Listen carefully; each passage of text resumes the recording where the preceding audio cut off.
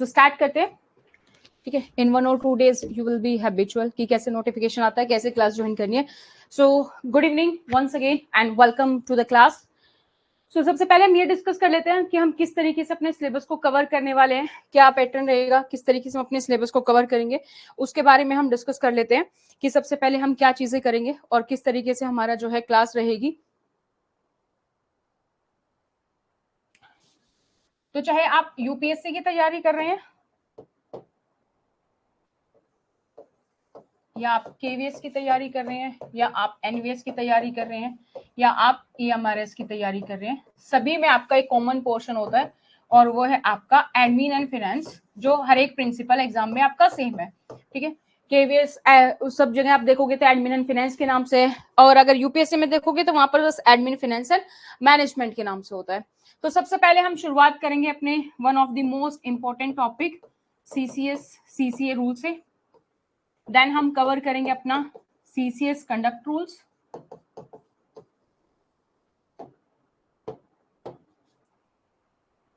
Then हम cover करेंगे CCS leave rules, then इसके साथ साथ हमारा एक टॉपिक आता है छोटा सा सीसीएस ज्वाइनिंग टाइम रूल्स, वो हम कवर करेंगे, और उसके साथ ही हमारा एक छोटा सा टॉपिक होता है डाइज नोन, उसको हम यहाँ पर कवर करेंगे, ठीक है।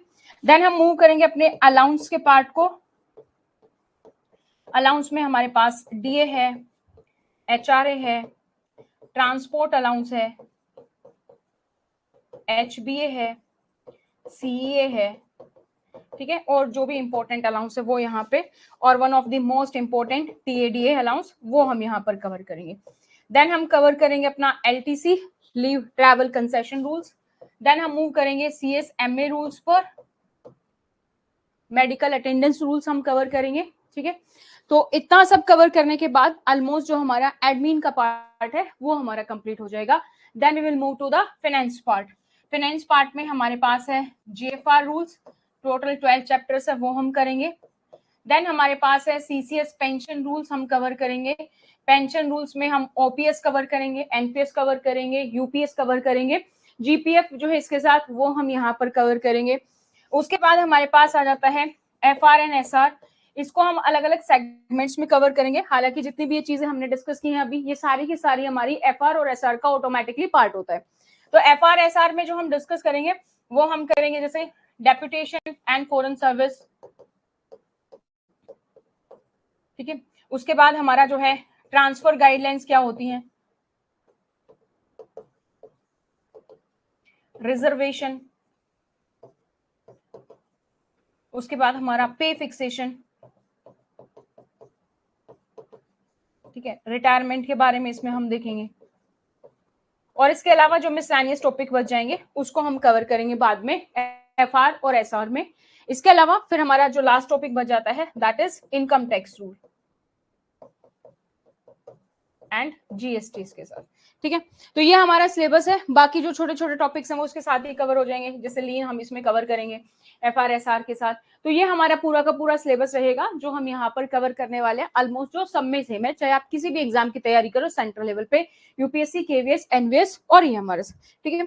अब इसके बाद मैं आपको बता देती हूँ कि आपको ऐप कैसे यूज करनी है, किस तरीके से आप अपनी ऐप को यूज कर सकते हैं।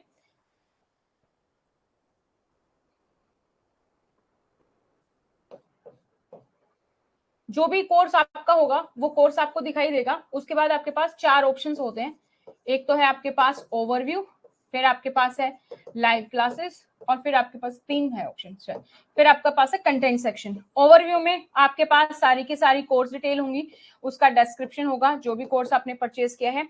लाइव क्लासेस में जो भी हम अभी क्लासेस कर रहे हैं वो सारा का सारा हमारा जो है लाइव क्लासेस में जाएगा। लाइव क्लासेस ऑटोमेटिकली जैसे ही ये लाइव क्लास खत्म होगी इसके 24 आवर्स तक जो है आपको लाइव क्लास के सेक्शन में वीडियो मिल जाती है। ये मैक्सिमम टाइम है, हालांकि 2 घंटे के बाद मिल जाएगी। तो जैसे ये क्लास खत्म होगी इसके 2 घंटे बाद आप इस क्लास को दोबारा से देख सकते हैं, अनलिमिटेड टाइम देख सकते हैं। इन केस अगर आपने कोई क्लास मिस कर दी, कभी कोई इमरजेंसी हो गई, कोई अर्जेंट वर्क है आपको, आप क्लास में नहीं आ पाए, तो आप नेक्स्ट डे उस क्लास को दोबारा से आराम से देख सकते हैं। आफ्टर 2 आवर्स जब भी क्लास खत्म होगी उसके बाद आपको वहां पर मिल जाएगी, वो आप अनलिमिटेड टाइम देख सकते हैं, ठीक है। अब जो क्लास के नोट्स होंगे वो पीडीएफ की फॉर्म में होंगे सारे, वो आपको ऐप पर मिलेंगे। आपको जो टेस्ट सीरीज है आपके टॉपिक वाइज वो भी आपको ऐप पर मिलेगी, और जो नोट्स होंगे चाहे वो ऑफिशियल डॉक है या फिर आपका जो है क्लास के जो नोट्स होंगे वो है, वो सब आपको नोट सेक्शन में मिल जाएगा। और साथ में आपको वीडियो सेक्शन में भी दोबारा से ये वीडियो मिल जाएंगी, जिससे कि आपका कोई भी आप टॉपिक कर रहे हैं तो आपके लिए इजी हो जाएगा वो टॉपिक को सर्च करना कि वहां पे वो टॉपिक है और उसी की रिलेटेड वीडियो है वो आपको मिल जाएंगे। सो कंटेंट सेक्शन में आपके पास है फोल्डर आपको मिलेगा एडमिन एंड फिनेंस, उसके अंदर आपको टॉपिक वाइज फोल्डर मिलेगा। जैसे अब हम सीसीएस सीसीए कर रहे हैं तो सीसीएस सीसीए मिलेगा, और उसके अंदर आपको 3 फोल्डर मिल जाएंगे, नोट्स, टेस्ट सीरीज और जो है उसके अलावा वीडियोस। वहां से आप सर्च कर सकते हैं अपना पूरा का पूरा कोर्स। ठीक है, जैम पोर्टल जो है हमारा वो ऑटोमेटिकली इसी में आएगा। जीएफआर रूल जब हम करेंगे तो यहाँ पर हमारा जैम पोर्टल और पीएफएमएस दोनों ऑटोमेटिकली इसी में कवर है। ठीक है, तो इस तरीके से आपको मिल जाएगा। और जो आपकी ऐप है यहाँ पर आपके पास अलग अलग ऑप्शन है, यहाँ पर स्टोर है, यहाँ पर एक ऑप्शन आपके पास आई गेस थर्ड ऑप्शन होगा, वो आपको ऑप्शन मिलेगा चैट का। अगर इन केस कोई भी इंपॉर्टेंट मैसेज है रिगार्डिंग क्लास या कुछ भी, तो आप यहाँ पर चैट सेक्शन में देख सकते हैं। आपका जब क्लास शुरू हुई होगी तो आपके चैट सेक्शन में 2 चैट्स आपको मिलेंगी, एक मिलेगी डॉक्टर विजय के नाम से और एक मिलेगी आपको कोर्स के नाम से। तो कोर्स के नाम से जो भी है चैट, चाहे वो क्लास के रिगार्डिंग इंपॉर्टेंट अपडेट है, जैसे आपको फर्स्ट क्लास का मैसेज मिला होगा वहां पर कि किस तरीके से क्लास ज्वाइन करनी है, तो वहां पर मिलेगी। तो वो चैट सेक्शन में कोई चैट आती है तो उसको आप जरूर से देखें। ठीक है, तो शुरू करते हैं अपना टॉपिक। तो हमारा टॉपिक है CCS CCA rule.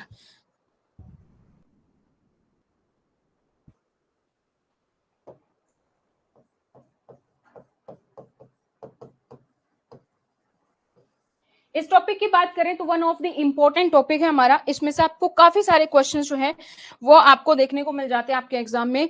Minimum questions की बात करें तो मिनिमम आपको जो है यहाँ से जो क्वेश्चंस देखने को मिलेंगे वो आपको 4 से 5 क्वेश्चंस देखने को मिलेंगे। और अगर एग्जामिनर पेपर सेट करे अच्छे से तो आपको यहाँ से 8 से 10 क्वेश्चंस भी जो है सिर्फ और सिर्फ जो है आपको सीसीएस सीसीए रूल्स में से ही देखने को मिल जाएंगे।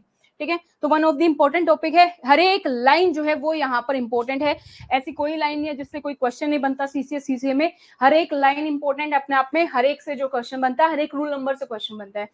रूल नंबर काफी सारे होंगे हमारे पास, कौन कौन से रूल नंबर याद रखने हैं नहीं रखने हैं वो मैं आपको बताऊंगी, तो वो आप नोट कर लेंगे कि कौन कौन सा रूल नंबर आपको याद रखना है। सारे रूल नंबर आपको याद रखने की जरूरत नहीं है। 3 to 4 मंथ्स में will cover admin and finance, उसके बाद भी देखते हैं नहीं। ठीक है, तो अगर मैं बात करूं कि कितने कितने क्वेश्चंस पूछे गए हैं, तो सबसे पहले अगर मैं बात करूं केवीएस की, तो केवीएस की अगर आप बात करोगे तो 2016 में आपके 8 क्वेश्चन आए थे सीसीएस सीसीए से। 2018 में वाइस प्रिंसिपल के एग्जाम में आपके 8 क्वेश्चन आए थे। प्रिंसिपल के एग्जाम की बात करें तो वहां पर आपके टोटल 6 क्वेश्चन आए थे। ठीक है, 22 की अगर मैं बात करूं केवीएस की, तो आप प्रिंसिपल एलडीसी अगर देखेंगे तो वहां पर आपको 6 क्वेश्चंस आपको देखने को मिलेंगे। उसके बाद अगर मैं वीपी की बात करूं तो वहां पे आपको 4 क्वेश्चंस देखने को मिलेंगे। और एलडीसी की अगर मैं बात करूं तो उसमें आपको 6 क्वेश्चंस देखने को मिलेंगे। तो इस तरीके से आपका जो है एनालिसिस है कि कहां पर कितने क्वेश्चंस है। तो मिनिमम 4 आपको मिलेंगे, मैक्सिमम 8 to 10 क्वेश्चंस भी आपको मिल सकते हैं। ठीक है, एनवीएस की बात करें तो एनवीएस में भी आपको वीपी में 4 थे, प्रिंसिपल में 8 क्वेश्चंस पूछे गए थे। ठीक है, तो इतने क्वेश्चन का आपका जो सेग्रीगेशन है वो यहाँ पर रहेगा। अब अपना टॉपिक शुरू करते हैं। तो एक नोटपैड पेन आप ले लो, शॉर्ट नोट्स आप अपने बना सकते हो अपने अकॉर्डिंग और अपनी तैयारी कर सकते हो। ठीक है, तो सबसे पहले हम बात करते हैं सीसीएस सीसीए रूल की। सबसे पहला क्वेश्चन तो हमारा यहीं से बन जाता है कि फुल फॉर्म क्या है हमारी सीसीएस सीसीए रूल्स की। तो सीसीएस सीसीए रूल की फुल फॉर्म हम पहले ये समझ लेते हैं कि सीसीए रूल्स क्या होता है, इससे हमें ये समझ में आ जाएगा क्या क्या चीजें हम इसमें पढ़ने वाले हैं। So C stands for classification, second C stands for control and A stands for appeal. Classification में हम पढ़ेंगे कि जो हमारी पोस्ट है एंड सर्विसेज है उसका क्लासिफिकेशन कैसे है।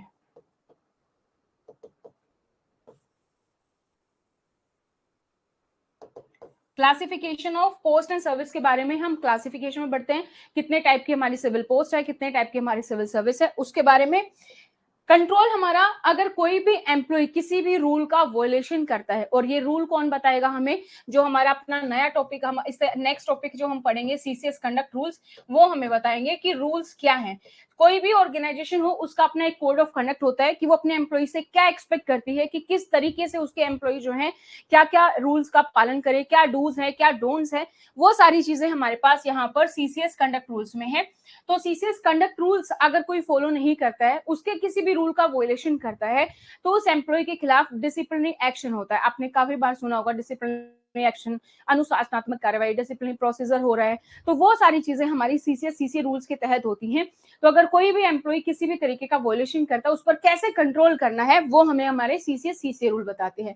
तो अगर कोई एम्प्लॉय किसी भी तरीके का कोई भी रूल वोलेशन करता है, तो हम उस एम्प्लॉय को सस्पेंशन पर डाल सकते हैं। इसके अलावा उसके खिलाफ हम डिसिप्लिनरी एक्शन ले सकते हैं, उसके बारे में हम यहाँ पर पढ़ेंगे क्या प्रोसेस है। और एम्प्लॉय अगर रूल का वॉयलेशन करता है तो उसको हम पेनल्टी दे सकते हैं, उसके बारे में भी हम यहाँ पर पढ़ेंगे। तो ये सारी चीजें हम यहाँ पर कंट्रोल के तहत पढ़ते हैं। नेक्स्ट, अब अगर किसी एम्प्लॉय को किसी भी तरीके का डिसिप्लिनरी एक्शन उसके खिलाफ हुआ है, और उसको लगता है कि मेरे साथ जस्टिफिकेशन नहीं हुआ है, कहीं ना कहीं गलती हुई है, मुझे गलत सजा सुनाई दी गई है, तो वो अपील भी कर सकता है। इवन अगर आप कोर्ट केस की बात करो, तो कोर्ट केस में अगर हाई कोर्ट में किसी को लगता है कि मेरे खिलाफ जो है जो फैसला है वो सही नहीं आया, तो वो सुप्रीम कोर्ट जाता है, राइट। तो ठीक इसी तरीके से यहाँ पर एम्प्लॉय के खिलाफ अगर कोई भी डिसिप्लिनरी एक्शन हुआ और उसको कोई भी पेनल्टी दी गई या उसको सस्पेंशन दिया गया, इन सब चीजों के खिलाफ वो क्या कर सकता है, अपील कर सकता है। सो अपीलेट ऑथोरिटी के बारे में, किसको अपील करनी है, कहाँ करनी है, कितने दिनों के अंदर करनी है, वो सारी चीजें हम यहाँ पर अपील के तहत पढ़ते हैं। ठीक है, तो सीसीएस सीसी रूल्स हमें वो चीजें बताता है सारी की सारी। अगर कोई किसी रूल का वॉयलेशन करता है, कोई एम्प्लॉय डूज एंड डोज नहीं करता है, कोड ऑफ कंडक्ट का पालन नहीं करता है, तो उसके खिलाफ एक्शन कैसे लेना है, और एम्प्लॉय अगर सेटिस्फाई नहीं है डिसीजन से, तो वो कैसे अपना अपील कर सकता है, ये सारी चीजें हमें यहाँ से पता चलती है। सो सबसे फर्स्ट क्वेश्चन हमारा बन जाता है सीसीएस सीसीए की फुल फॉर्म, ये आपको याद रखनी है, और एग्जाम में ये क्वेश्चन पूछा जा चुका है। ठीक है, अब आपको फुल फॉर्म याद रहेगी, तो आपको कि क्या क्या चीजें हम पढ़ रहे हैं, तो फुल फॉर्म ऑटोमेटिकली याद रहेगी। क्लासिफिकेशन पढ़ रहे हैं, पोस्ट एंड सर्विस का कंट्रोल पढ़ रहे हैं, जिसमें हम सस्पेंशन, पेनल्टी, डिसिप्लिनरी एक्शन पढ़ेंगे, मेजर पेनल्टी, माइनर पेनल्टी पढ़ेंगे। अपील में हम अपीलेट ऑथोरिटी के बारे में सारी चीजें पढ़ेंगे, क्या क्या डॉक्यूमेंट्स चाहिए, कितने दिन में अपील कर सकते हैं, वो सारी चीजें पढ़ेंगे। अब हम थोड़ा सा इंट्रो देख लेते हैं अपने रूल्स शुरू करने से पहले। तो सबसे पहले तो हमारा फुल फॉर्म हो गया कि सीसीएस सीसी जो है हमारा क्या है, classification, control and appeal rule है। So government servant should obey all laws and conduct rules on the basis of ethics. तो जो भी गवर्नमेंट सर्वेंट अपनी किसी भी ऑर्गेनाइजेशन को ज्वाइन करता है, हर एक ऑर्गेनाइजेशन के अपने कुछ लॉज हैं, कुछ रूल्स हैं, कुछ कोड ऑफ कंडक्ट हैं, और वो सारे रूल्स और जो कोड ऑफ कंडक्ट है वो एम्प्लॉइज का पालन करना पड़ता है। When there is a violation of CCS conduct rules, the departmental inquiry is initiated. और जब भी कोई एम्प्लॉय किसी भी कोड ऑफ कंडक्ट का, या अगर हम सीसी रूल के भाषा में बात करें तो सीसीएस कंडक्ट रूल्स का अगर कोई भी वॉयलेशन करता है, किसी भी रूल का उल्लंघन करता है, तो उसके खिलाफ क्या होता है, उसके खिलाफ हम डिसिप्लिनरी एक्शन लेते हैं, डिपार्टमेंटल इंक्वायरी हम बैठाते हैं। Whenever misconduct is reported, then the first action is initiation of inquiry. तो जब भी किसी भी एम्प्लॉय के खिलाफ कोई भी इंक्वायरी आएगी, तो हम क्या करेंगे, सबसे पहले एम्प्लॉय को बताएंगे आपके खिलाफ जो है कंप्लेन आई है, क्या कंप्लेन आई है, क्या उसके सपोर्टिंग डॉक्यूमेंट विटनेस है। एम्प्लॉय को हम सस्पेंशन पर रख सकते हैं, और सबसे पहला हमारा काम क्या है, बेसिकली उसके खिलाफ हमारी इंक्वायरी शुरू करना। जिस भी एम्प्लॉय के खिलाफ कंप्लेन आई है, ये देखना कि क्या वो सही है या नहीं है। On receiving complaint against any government employee, preliminary inquiry should be done. और जब भी किसी एम्प्लॉय के खिलाफ कोई भी कंप्लेन आती है, तो हम सबसे पहला जो काम करते हैं, यहाँ पर कुछ इंपॉर्टेंट टर्म्स में आएंगे। जैसे पहले हम काम क्या करते हैं, प्रीलिमिनरी इंक्वायरी। प्रीलिमिनरी इंक्वायरी क्या है कि बेसिक जो पूछताछ करते हैं, सबसे पहले जो क्वेश्चन आंसर, जब आप किसी एम्प्लॉय को, जो गवर्नमेंट सर्वेंट है जिसके खिलाफ कंप्लेन आई है, जब आप उसको बताओगे कि आपके खिलाफ ये कंप्लेन है, आपके सपोर्टिंग डॉक्यूमेंट्स, विटनेस ये है, उसके बारे में आप उससे पूछोगे कि इस कंप्लेन पर आपका क्या कहना है, आपका क्या राय है, आप एक्सेप्ट करते हैं, नहीं करते हैं, इंक्वायरी चाहते हैं, क्या करते हैं। वो प्रीलिमिनरी इंक्वायरी है, जिससे हम बात करके ये पता करने की कोशिश करते हैं क्या एम्प्लॉय अपने आरोपों को स्वीकार कर रहा है, नहीं कर रहा है, नहीं कर रहा है, तो फिर हम इंक्वायरी की तरफ बढ़े, इंक्वायरी स्टार्ट करेंगे। The decision on initiating departmental inquiry should be taken on the basis of preliminary inquiry report. तो जो भी preliminary inquiry की रिपोर्ट होगी उसके बेसिस पर हम इंक्वायरी करेंगे. अगर एम्प्लॉय ने पहले ही एक्सेप्ट कर लिया कि हाँ जो प्रीलिमिनरी इंक्वायरी में कि जो भी चार्जेस है मैं उन सब चार्जेस को एक्सेप्ट करता हूं कि जो भी आरोप मुझ पर लगाएंगे वो सही है, तो इंक्वायरी की हमें जरूरत नहीं है, हम सीधा जो है सजा सुना सकते हैं, पेनल्टी दे सकते हैं. अगर एम्प्लॉय एक्सेप्ट नहीं करता है तो उसके बेसिस पर ही फिर हम आगे इंक्वायरी स्टार्ट करते हैं क्योंकि एम्प्लॉय हमारा एक्सेप्ट नहीं कर रहा है. Now, who is authorized to frame rules to regulate the recruitment and condition of service of the government employee? ये रूल्स हमारे किसके तहत आते हैं? कंडीशन ऑफ सर्विस के तहत. तो किसके पास पावर है कि कौन रूल्स बनाएगा रिगार्डिंग द रिक्रूटमेंट, कि गवर्नमेंट एम्प्लॉय को जो रिक्रूट करना है उसके रिगार्डिंग, साथ ही साथ कंडीशन ऑफ सर्विस के रिगार्डिंग किसके पास पावर है कि कौन रूल बना सकता है? तो ये पावर है हमारे पास ऑनरेबल प्रेसिडेंट के पास. In case of central government employee, यहीं पर अगर हम स्टेट गवर्नमेंट की बात करें तो स्टेट गवर्नमेंट में पावर किसके पास है? गवर्नर के पास है. ठीक है, सेंटर में ऑनरेबल प्रेसिडेंट और स्टेट में हमारे पास पावर किसके पास है? गवर्नर के पास है.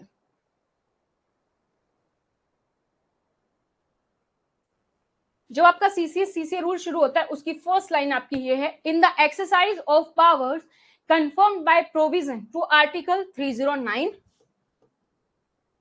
and Clause 5 of Article 148 of the Constitution and consultation with the CAG, Comptroller and Auditor General, जिसको हम शॉर्ट फॉर्म में CAG बोलते हैं, in relation to person serving in the Indian Audit and Accounts Department, जिस department को CAG संभालते हैं, IAAD department, Indian audits and accounts department, the president here bye make the following rules. तो आपकी first line जो है वो क्या कहती है कि जो भी रूल्स हैं हमारे, जो जैसे सीसी के रूल्स बनाए गए हैं, तो वो पावर कहाँ से मिली? हमने अभी डिस्कस किया कि ऑनरेबल प्रेसिडेंट बनाते हैं. ऑनरेबल प्रेसिडेंट के पास ये पावर कहाँ से आई? तो हमारा जो देश है सुप्रीम कहाँ से पावर आती? कॉन्स्टिट्यूशन से. तो कॉन्स्टिट्यूशन का आर्टिकल 309 और 148 ये पावर देते हैं ऑनरेबल प्रेसिडेंट को कि वो कैग के साथ कंसल्ट करके इन रूल्स को बना सकते हैं. इन रूल्स का जो है कि किस तरीके से इंक्वायरी होनी है, क्या है, तो वो सर्विस कंडीशंस रूल जो है यहाँ पर बना सकते हैं.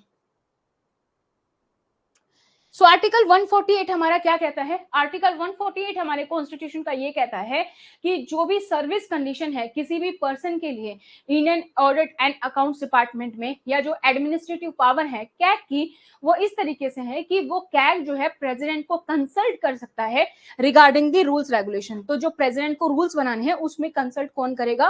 कैग यहाँ पर जो है अपनी राय दे सकता है. आर्टिकल जो 309 है हमारा, that is regarding the recruitment and condition of service of person serving the union and state. Article 309 ये कहता है हमारा, voice is clear from my side. तो आर्टिकल 309 ये कहता है कि जो रिक्रूटमेंट है एंड जो कंडीशन ऑफ सर्विस है, जो भी पर्सन हमारे सर्व कर रहे हैं यूनियन में, सेंटर में और द स्टेट में, उसके तहत पावर किसके पास है? पावर है हमारे प्रेसिडेंट के पास in case of centre, and in case of state governor के पास पावर है कि गवर्नर और जो है हमारे प्रेसिडेंट वो क्या कर सकते हैं? एम्प्लॉय के रिक्रूटमेंट के लिए कि किस तरीके से रिक्रूटमेंट होगा उसके रिगार्डिंग एंड उनकी सर्विस कंडीशंस के रिगार्डिंग जो है रूल्स रेगुलेशन बना सकते हैं. जो भी पर्सन अपॉइंट होंगे पब्लिक सर्विस में, पोस्ट में, उसके लिए रूल्स रेगुलेशन जो है प्रेसिडेंट हमारे बना सकते हैं.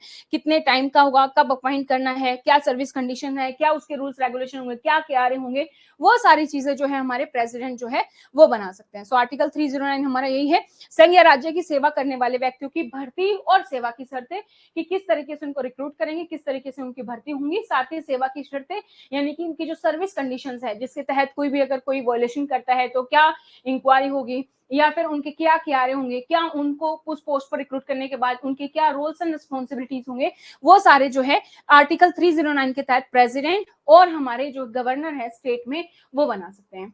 अब इसके साथ साथ हमारे पास आर्टिकल 310 है, वो भी हमें पढ़ना होता है. संघ या राज्य की सेवा करने वाले व्यक्तियों की पदावधि, पदावधि यानी कि टेन्योर, रिक्रूट कंडीशन बना दी. साथ ही साथ इसके साथ ये भी डिसाइड किया जाएगा, आर्टिकल 310 पावर देता है कि प्रेसिडेंट सेंटर में और स्टेट में जो हमारा गवर्नर है वो क्या कर सकता है? वो टेन्योर डिसाइड कर सकता है.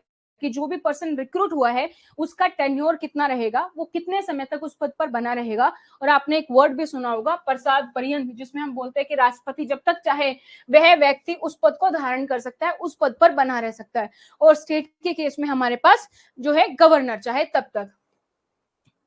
So Article 310 is the tenure of office of person serving the union or state, कि जब तक एम्प्लॉइज को रिक्रूट करना है हमें तो उसका टेन्योर क्या रहेगा, वो पावर कौन देता है, आर्टिकल 310 देता है।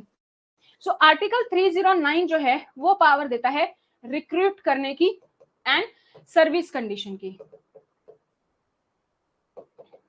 एंड आर्टिकल 310 पावर देता है रिगार्डिंग द टेन्योर। तो इन दोनों आर्टिकल को अगर हम ध्यान से देखें तो प्रेसिडेंट को पावर मिल जाती है सेंटर में कि वो किसी भी एम्प्लॉय को रिक्रूट कर सकते हैं, और कब तक रिक्रूट करना है ये टेन्योर भी डिसाइड कर सकते हैं। इसका मतलब तो सीधा सीधा ये है कि एम्प्लॉय को कोई कभी भी रिक्रूट किया जा सकता है और कभी भी जो है निकाला जा सकता है। टेन्योर क्योंकि एम्प्लॉय का प्रेसिडेंट डिसाइड कर रहे हैं, तो टेन्योर के अकॉर्डिंग वो कभी भी उसको उस पोस्ट से निकाल सकते हैं। बट हमारा कॉन्स्टिट्यूशन इस पर भी कंट्रोल करता है। और एक और आर्टिकल हमारा नेक्स्ट है जो है हमारा आर्टिकल 311। ये क्या कहता है, संघ या राज्य के अधीन सिविल हैसियत में नियोजित व्यक्तियों का पदच्युत किया जाना, पद से हटाया जाना या पक्ति में अवनित किया जाना। यानी कि किसी को अगर आपने निकालना है पोस्ट से या फिर आपने जो है डिमोशन करना है उसका, उसके रिगार्डिंग रूल हमारा आर्टिकल 311 है। तो आर्टिकल 311 है to control the powers of president जो उनको मिली है अंडर आर्टिकल 309 एंड 310, उन पर एक कंट्रोल लगाता है कि आप किसी भी पर्सन को, ऐसा नहीं कि रिक्रूट आपने कर लिया तो कभी भी आप निकाल सकते हो, उसके लिए आपके पास एक स्पेसिफिक रीजन होना चाहिए। ये हमारा आर्टिकल 311 कहता है। Article 311 states that no person who is a member of civil service shall be dismissed और removed by an authority subordinate to that by which he is appointed, कि कोई भी पर्सन, जो भी हमने सिविल पर्सन पे रिक्रूट किया है किसी पर्सन को, ना तो हम उसको डिसमिस कर सकते हैं, ना ही पोस्ट से हम रिमूव कर सकते हैं, ना ही हम डिमोशन कर सकते हैं। कि कोई भी एम्प्लॉय का कौन नहीं कर सकता है, by an authority subordinate to that by which he is appointed. तो जिसने उसको अपॉइंट किया है उस अथॉरिटी को हम कहते हैं अपॉइंटिंग अथॉरिटी।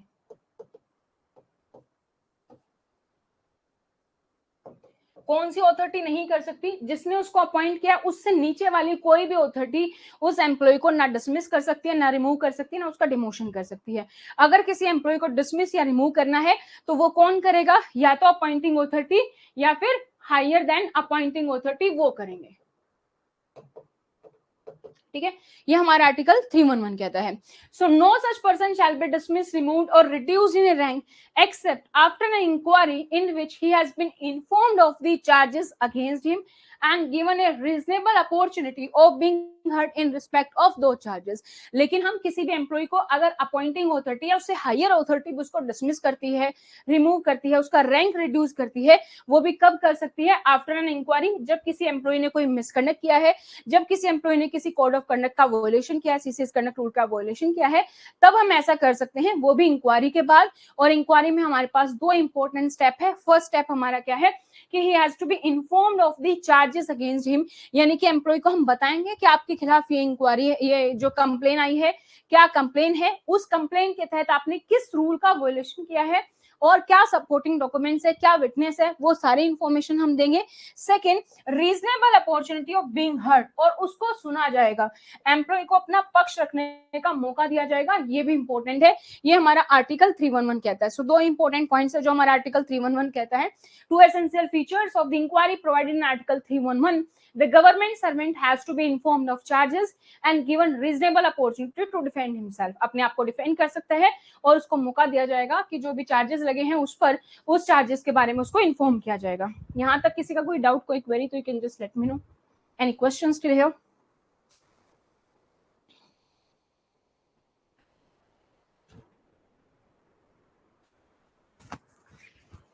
क्लियर है? तीन आर्टिकल हमने पढ़े, 309, 310 और 311, और इसके साथ हमने आर्टिकल 148 का क्लोज 5 पढ़ा है।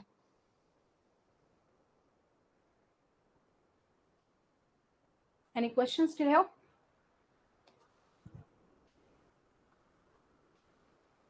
अब हमारे पास कुछ एक्सेप्शंस हैं जो आर्टिकल 311 के तहत हैं, कि कुछ एक्सेप्शंस भी हैं जहां पर हम एम्प्लॉय के खिलाफ इंक्वायरी नहीं करते बल्कि सीधा हम एम्प्लॉय को पेनल्टी भी दे सकते हैं। वो एक्सेप्शंस क्या हैं?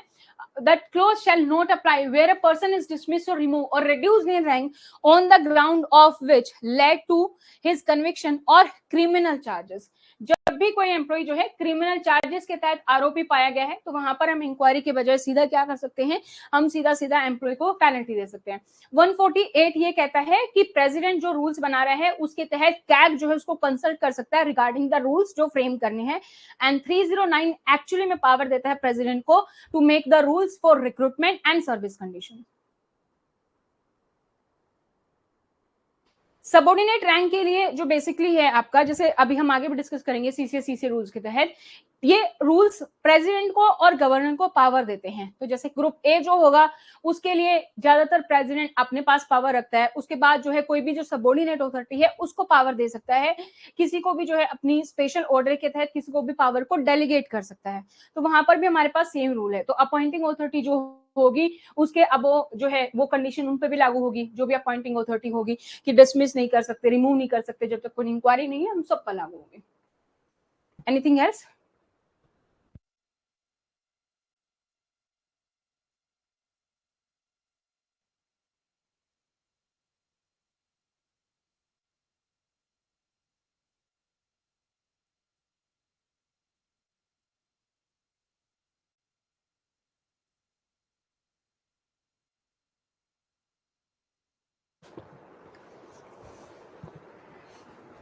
कहां पर अप्लाई नहीं होते? सबसे पहला, conviction on a criminal charges, जब भी किसी भी एम्प्लॉय के खिलाफ कोई भी क्रिमिनल चार्जेस लगा है तो ये हमारे अप्लाईकेबल नहीं होंगे। Second, for some reason to be recorded in writing it is not reasonably practicable to hold such inquiry। जब प्रैक्टिसेबल नहीं है कि हम कोई इंक्वायरी करें, जैसे मान लीजिए एम्प्लॉय है, एम्प्लॉय ने एक्सेप्ट ही कर लिया पहले ही क्या हाँ ये आरोप जो मुझ पर लगे हैं वो सही है, तो हम इंक्वायरी की जरूरत नहीं है, हम सीधा पेनल्टी दे सकते हैं। Third, in the interest of the security of the state, when president is satisfied that it is in the interest of the security of the state, state की हम यहाँ पर बात कर रहे हैं, स्टेट हम बात कर रहे हैं अपने कंट्री की, इंडिया की। तो जब भी प्रेसिडेंट को ऐसा लगे कि जो भी आरोप एम्प्लॉय पर लगाया गया है वो कहीं ना कहीं भारत की सिक्योरिटी के लिए, भारत की सुरक्षा के लिए खतरा है, ऐसा कोई आरोप है कि एम्प्लॉय जो भी कोई भी मिसकंडक्ट कर रहा है उसके तहत भारत की सुरक्षा को खतरा है, तो ऐसे टाइम पर भी हम जो है इंक्वायरी के बजाय फटाफट से एम्प्लॉय को पेनल्टी दे सकते हैं। वहां पर जरूरी नहीं कि हम इंक्वायरी का वेट करें, हम पेनल्टी दे सकते हैं। अब कुछ क्लॉज है हमारे आर्टिकल 311 के। आर्टिकल 311 का 2A कहता है, if conviction is proved in the court government employee can be dismiss from the service. अब हमारे पास दो इंक्वायरी होती है, दोनों अलग अलग इंक्वायरी हैं। एक हम बात कर रहे हैं डिपार्टमेंटल एक्शन की, जो डिपार्टमेंटल एक्शन के तहत जो इंक्वायरी होती है वो हमारी डिफरेंट है। एंड एक हम जो लीगल बात करें तो जो कोर्ट केस है तो वो हमारा बिल्कुल डिफरेंट है, दोनों अलग अलग चीजें हैं। ठीक है, सो इंक्वायरी जो यहाँ पर होती है और जो कोर्ट केस के तहत है वो इंक्वायरी दोनों हमारी सेपरेट है और दोनों एक टाइम पर दोनों अलग अलग हो सकती है।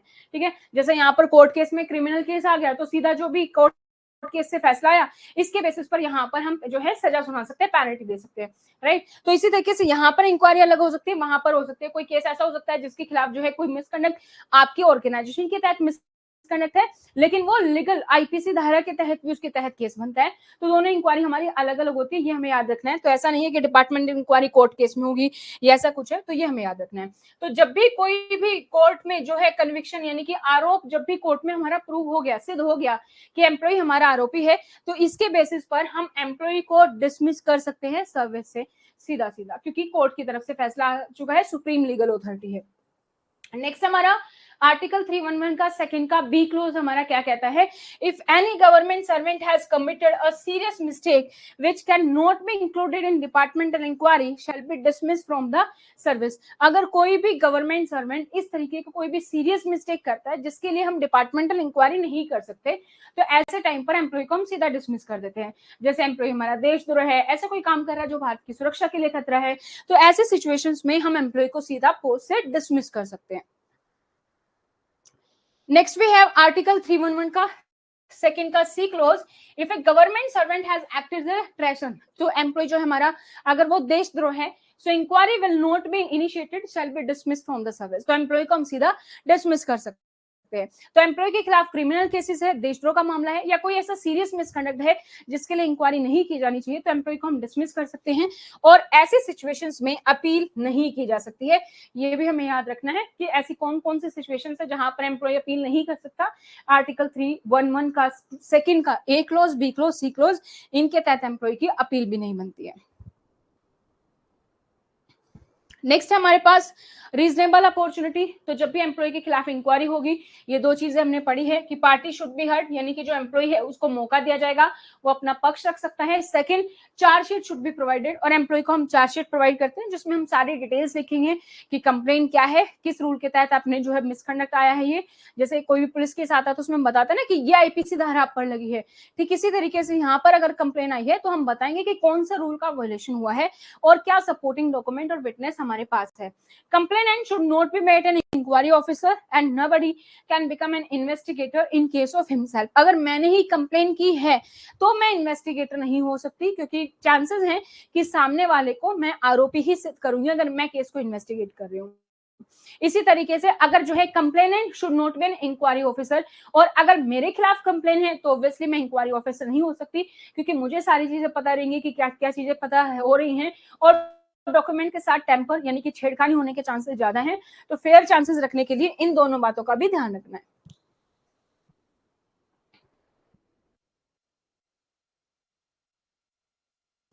Next we have the government does not accept those misconduct which society does not accept। आपने काफी बार न्यूज में देखा होगा, कोई मामला आता है, वो आपके कंडक्ट रूल्स में मेंशन है कि नहीं है, उससे पहले ही एम्प्लॉय को सस्पेंशन पे हम रख देते हैं। जब भी कोई मीडिया में कोई मामला बहुत ज्यादा उछल जाता है तो हम क्या करते हैं, एम्प्लॉय को हम सीधा सस्पेंशन दे देते हैं। सो जो सोसाइटी एक्सेप्ट नहीं करती वो गवर्नमेंट भी एक्सेप्ट नहीं करती, सीधा साधा। So if an employee is free by the court due to irregularities, departmental checking, then also no restriction initiating the departmental inquiry again। अगर कोर्ट से कोई जो है एम्प्लॉय फ्री भी हो जाता है, लेकिन उस टाइम तक जो है डिपार्टमेंटल इंक्वायरी चेकिंग नहीं थी, कंप्लेन हमारे पास सही नहीं थी, या हमारे पास प्रूफ नहीं थे, तो हम दोबारा से डिपार्टमेंटल इंक्वायरी कर सकते हैं।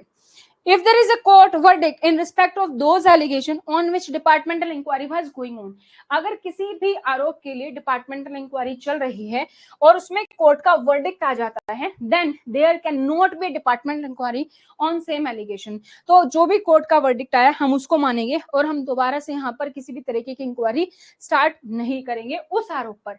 लेकिन उसके अलावा कोई आरोप है तो ऑब्वियसली उस पर हम जो है यहाँ पर इंक्वायरी शुरू कर सकते हैं डिपार्टमेंट में।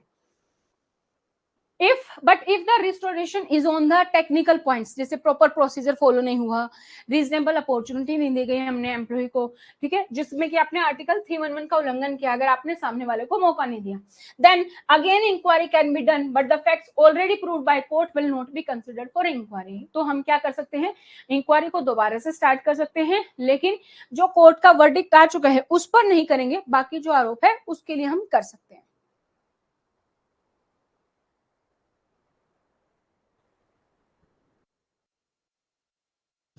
Next we have, can an inquiry be conducted in respect of retired government servant for an act done by him during any period of service? क्या हम कोई भी एम्प्लॉय जो अब रिटायर हो चुका है, वो अब हमारा गवर्नमेंट सर्वेंट नहीं है, एम्प्लॉय हमारा रिटायर हो चुका है, तो क्या कोई एम्प्लॉय जब रिटायर हो चुका है क्या उसके खिलाफ हम कोई इंक्वायरी कर सकते हैं, और कर सकते हैं तो किस टाइम तक कर सकते हैं? So proceeding can be initiated after the retirement. अगर एम्प्लॉय के रिटायरमेंट होने के बाद भी किसी भी तरीके की कोई कंप्लेन आती है तो उसके खिलाफ भी हम इंक्वायरी कर सकते हैं।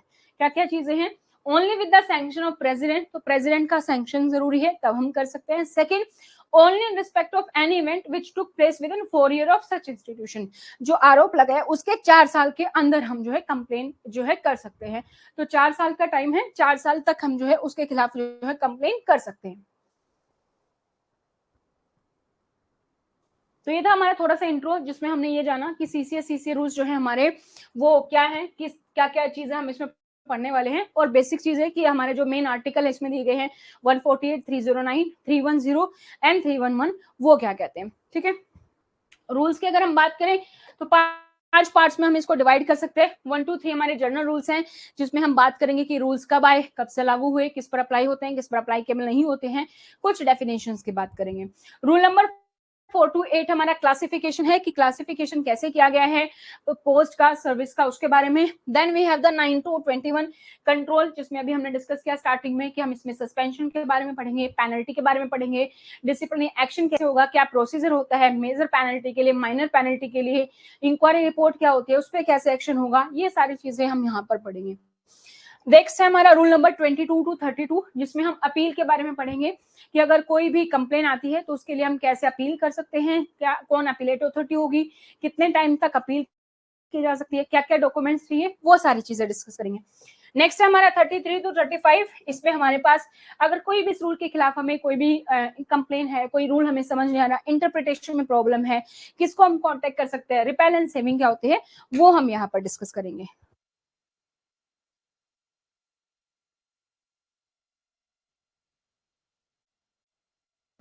So part 1 is the journal. Part 1 यहाँ से हमारा CCA rule basically official start होता है।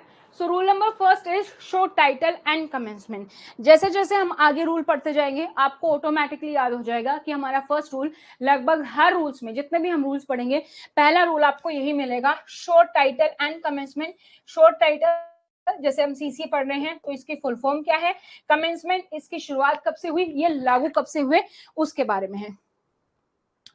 So these rule may be called as, अभी हमने देखा definition, classification, control and appeal rules हम कहते हैं। 1965 में ये रूल्स आए थे। कब से लागू हुए, ये लागू हुए 1 दिसंबर 1965 से। तो दो इंपॉर्टेंट क्वेश्चन आपके यहां से बन जाते हैं। फर्स्ट, आपकी फुल फॉर्म क्या है, ये क्वेश्चन भी आ चुका है एग्जाम में, एंड ये डेट, मंथ, ईयर, तीनों चीज आपको याद रखनी है कि सीसीए रूल्स कब से लागू हुए, ये भी एग्जाम में आ चुका है। तो 1 दिसंबर 1965, ये डेट, मंथ, ईयर, तीनों चीज आप याद रखेंगे। Next we have the rule to interpretation, जिसमें हमारे पास डेफिनेशंस हैं। तो ज्यादातर जगह पर जैसे आप आगे हम बढ़ेंगे आगे रूल्स में, वहां पर हमारा सेकेंड और थर्ड रूल डेफिनेशन और हमारा होता है कि किस किस पर लागू होते हैं। कई बार हमारा सेकंड रूल में होता है कि किस पर अप्लाईकेबल होगा, या फिर हमारे सेकंड में डेफिनेशन होती है। अगर सेकंड में डेफिनेशन है तो थर्ड में होगा किस पर लागू होगा, और अगर सेकंड में लागू होना है तो थर्ड पे डेफिनेशन होगी। यहाँ पर सेकंड हमारा इंटरप्रिटेशन है, रूल नंबर याद रखने की जरूरत नहीं है।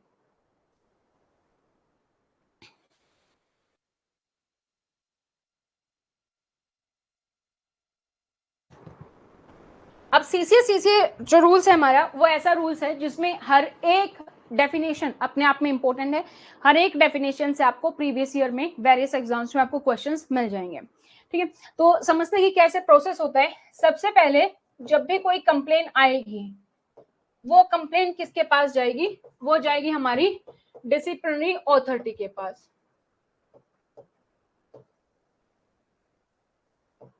जिसको हम शॉर्ट फॉर्म में कहते हैं डीए। अब ये जो डिसिप्लिनरी अथॉरिटी है, इसका काम क्या है, सबसे पहले इसका काम है टू डिसाइड ऑन इंक्वायरी, कि इंक्वायरी होनी है या नहीं होनी है। प्रीलिमिनरी इंक्वायरी करने के बाद ये डिसाइड करती है डिसिप्लिनरी अथॉरिटी। ठीक है, सेकंड, जो टू इशू चार्जशीट, जो एम्प्लॉय को चार्जशीट जाएगी जिसमें बताया जाएगा कि एम्प्लॉय के खिलाफ ये कंप्लेन है, इस रूल का वोलेशन है, या फिर जो है ये सपोर्टिंग डॉक्यूमेंट्स, विटनेस है, किसने कंप्लेन की है। तो टू इशू चार्जशीट भी काम किसका है, हमारी डिसिप्लिनरी अथॉरिटी का है। अगर इंक्वायरी होनी है या इंक्वायरी के बारे में सोचा गया तो उससे पहले हम एम्प्लॉय को सस्पेंशन पर रख सकते हैं। तो एम्प्लॉय को जो सस्पेंशन ऑर्डर देना है, ये काम भी हमारी डिसिप्लिनरी अथॉरिटी करती है। ठीक है, इसके अलावा डिसिप्लिनरी अथॉरिटी अगर इंक्वायरी होनी है तो चाहे तो वो खुद डिसाइड कर सकती है, खुद जो है डिसिप्लिनरी अथॉरिटी जो है इंक्वायरी कर सकती है, या फिर अगर वो चाहे तो इंक्वायरी अथॉरिटी अपॉइंट कर सकती है इसके लिए। So to appoint inquiry authority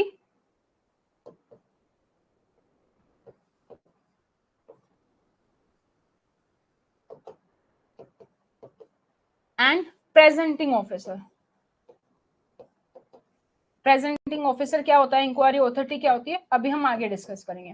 तो ये सब कौन कर सकता है, ये हमारी डिसिप्लिनरी अथॉरिटी कर सकती है। आई होप राइटिंग समझ में आ रही है, so you can note down accordingly. ठीक है, उसके बाद जो है, अब जो इंक्वायरी अथॉरिटी है वो इंक्वायरी करती है, वो अपनी रिपोर्ट बनाती है और वो सेंड करती है डिसिप्लिनरी अथॉरिटी पर। तो डिसिप्लिनरी अथॉरिटी जो है एक्शन लेना इंक्वायरी रिपोर्ट पर, ये भी डिसिप्लिनरी अथॉरिटी का काम है। एक्शन ऑन इंक्वायरी रिपोर्ट, यानी कि एम्प्लॉय को जो पेनल्टी देनी है, चाहे वो मेजर हो चाहे वो माइनर हो, ये भी काम किसका है? डिसिप्लिनरी अथॉरिटी का है। ऑफिशियल डेफिनेशन की बात करें तो डिसिप्लिनरी अथॉरिटी वो अथॉरिटी है जिसके पास रूल नंबर 10 में है हमारा सस्पेंशन, उसके तहत, और रूल नंबर 11 जो पेनल्टी है उसके तहत जो है डिसिप्लिन अथॉरिटी के पास पावर है कि किसी एम्प्लॉय को सस्पेंशन या पेनल्टी दे सकती है। बट ये सारी पावर्स होती है हमारे पास डिसिप्लिन अथॉरिटी के पास। जो मेन पावर है कि इंक्वायरी होनी है कि नहीं, जब भी कोई कंप्लेन आएगी डिसिप्लिन अथॉरिटी के पास आएगी। डिसिप्लिन अथॉरिटी चार्जशीट बनाती है, एम्प्लॉय को भेजती है जिसके खिलाफ कंप्लेन है, डिसाइड करते हैं इंक्वायरी होनी है कि नहीं। अगर एम्प्लॉय ने एक्सेप्ट कर लिया तो इंक्वायरी की जरूरत नहीं है, एम्प्लॉय को सस्पेंशन पर रखना, और अगर इंक्वायरी होनी है तो उसके लिए इंक्वायरी अथॉरिटी और प्रेजेंटिंग ऑफिसर को अपॉइंट करना। जब इंक्वायरी खत्म हो जाएगी, इंक्वायरी रिपोर्ट आएगी, उसके बेसिस पर एक्शन लेना और एम्प्लॉय को पेनल्टी देना, ये सब काम किसका है? ये हमारी डिसिप्लिन अथॉरिटी का है। तो सबसे पहले हमारी जो डेफिनेशन हो जाती है वो है हमारी डिसिप्लिन अथॉरिटी। ठीक है, अब हमने बात की इंक्वायरी अथॉरिटी, तो सेकेंड हमारा क्या है? Enquiring authority. इसको हम शॉर्ट फॉर्म में आइए बोलते हैं। अब ये जो इंक्वायरी अथॉरिटी है इसका काम क्या है? To conduct inquiry. नाम से पता चल रहा है सिंपल, इसका काम है इंक्वायरी करना। ये पूरी जो भी कंप्लेन है जो भी आई है जिसके लिए इसको अपॉइंट किया गया है वो हमारी इंक्वायरी करेगी और इंक्वायरी के बेसिस पर ये अपनी आईआर सबमिट करेगी। IR is the inquiry report. ठीक है, आईआर इंक्वायरी रिपोर्ट है, ये सबमिट करेगी डिसिप्लिन अथॉरिटी को। ये हमारा इंक्वायरी अथॉरिटी का काम है। ठीक है, now third we have the appointing authority.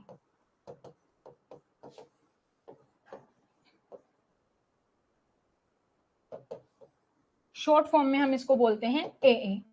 नाम से क्या पता चल रहा है? जो अपॉइंटमेंट बनाएगी।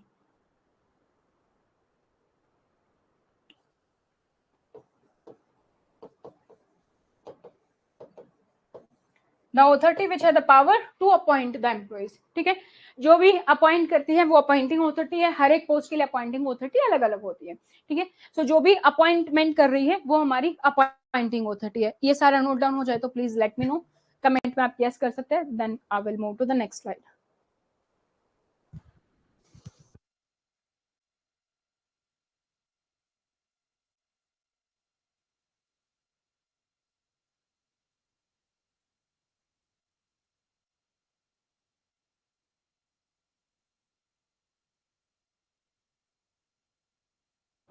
डन।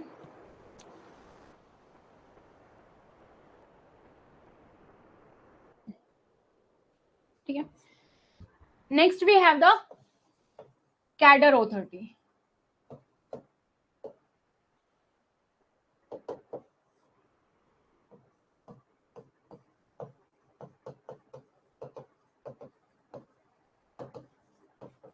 जो कैडर की अपॉइंटमेंट करती है वो हमारी कैडर अथॉरिटी है। ठीक है, तो अपॉइंटिंग अथॉरिटी तो सिंपली वो है जो अपॉइंटमेंट करेगी। कैडर अथॉरिटी कौन है? जो कैडर की अपॉइंट करती है। अब कैडर क्या होता है? कैडर जैसे कि कोई ऐसी पोस्ट जो कि अलग अलग डिपार्टमेंट्स में, अलग अलग मिनिस्ट्री में है, सेम लेवल की पोस्ट है या सेम पे स्केल की पोस्ट है। जैसे यूपीएससी है, यूपीएससी एग्जाम लेती है, जो डीओई है डीएसएसबी के तहत जो टीजीटी पीजीटी है वो डीएसएसबी देखती है। प्रिंसिपल वाइस प्रिंसिपल है वो कौन देखता है? वो यूपीएससी देखती है। तो यूपीएससी सभी स्कूल्स में प्रिंसिपल के अपॉइंटमेंट करिए तो एक कैडर अपॉइंटिंग अथॉरिटी होगी जो एक ही लेवल पे जो पोस्ट है, असिस्टेंट कहीं पर हायर करने हैं सभी अलग अलग डिपार्टमेंट्स में, तो वो हमारी क्या है? वो हमारी कैडर अथॉरिटी है। ठीक है, next we have the appellate authority.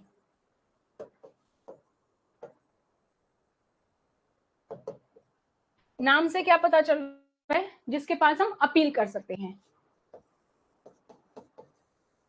जहां पर एम्प्लॉय हमारा अपील कर सकता है। अगर उसको सस्पेंशन पर रखा गया है, उसको कोई पेनल्टी दी गई है, उसको डिसमिस या रिमूव किया गया पोस्ट से, और एम्प्लॉय को लगता है कि मेरे साथ जस्टिफिकेशन नहीं हुआ है, वो रिजल्ट से सेटिस्फाई नहीं है, तो अपील किसके पास करेगा? अपीलेट अथॉरिटी के पास। तो जिस भी अथॉरिटी के पास अपील की जाएगी वो हमारी अपीलेट अथॉरिटी है। ठीक है, नेक्स्ट वी हैव द हमारा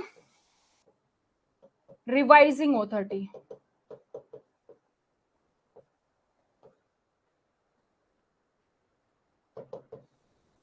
नाम से क्या पता चल रहा है, रिवाइज करना। अगर कोई भी अथॉरिटी हमारी कोई भी डिसीजन लेने वाली है और फाइनल डिसीजन लेने से पहले उसको ये लगे कि हो सकता है कि हम कुछ गलत डिसीजन ले रहे हैं, या कोई एकदम से नया विटनेस आ गया, नया डॉक्यूमेंट आ गया जिससे कि पूरे केस का रिजल्ट पलट सकता है, या फाइनल डिसीजन देने से पहले जो है पूरे के पूरे केस को रिवाइज किया जाए। आपने मूवीज में, सीरियल्स में देखा होगा, कई बार कोर्ट केस में भी फैसला आने वाला होता है, फिर 2 दिन का टाइम मांगते हैं कोर्ट, उसके बाद डिसाइड करके फिर फैसला सुनाती है, तो उसको हम बोलते हैं रिवाइज अथॉरिटी। अभी तक जितनी हमने अथॉरिटी पढ़ी वो एक प्रॉपर अथॉरिटी है, बट रिवाइजिंग अथॉरिटी कोई अथॉरिटी नहीं है। रिवाइजिंग अथॉरिटी, जब भी किसी अथॉरिटी को ऐसा लगेगा कि मुझे पूरे केस को दोबारा रिवाइज करने की जरूरत है, उसी टाइम पर हम उस अथॉरिटी को रिवाइजिंग अथॉरिटी बोलेंगे। जैसे अगर कैडर अथॉरिटी को लगे, या फिर इंक्वायरी अथॉरिटी जो है हमारी इंक्वायरी अथॉरिटी बनाई जो कि डिसीजन ले रही है, इंक्वायरी रिपोर्ट बना रही है, तो इंक्वायरी रिपोर्ट बनाने से पहले उसके पास कोई विटनेस आ जाए, कोई डॉक्यूमेंट्स आ जाए, अभी तक एम्प्लॉय जो है निर्दोष साबित हो रहा था, लेकिन मान लीजिए कोई सीसीटीवी फुटेज आ गई जिसमें एम्प्लॉय जो है दिखाई दे रहा है वो दोषी है, तो पूरा केस पलट गया, तो वो दोबारा से देखेगी कहां पर गलती हुई, कहां पर हम गलत फैसले पर जा रहे थे, तो वो हमारी क्या है, वो हमारी रिवाइजिंग अथॉरिटी है। तो रिवाइजिंग अथॉरिटी हमारी कोई भी अथॉरिटी रिवाइजिंग अथॉरिटी हो सकती है। और अगर प्रेसिडेंट भी हमारी, प्रेसिडेंट ही अगर मान लीजिए अपॉइंटिंग अथॉरिटी है, या प्रेसिडेंट हमारी अपीलेट अथॉरिटी है, तो वो भी जब ऐसा करेंगे तो प्रेसिडेंट या फिर कोई भी अथॉरिटी हमारी रिवाइजिंग अथॉरिटी हो सकती है। Next we have reviewing authority.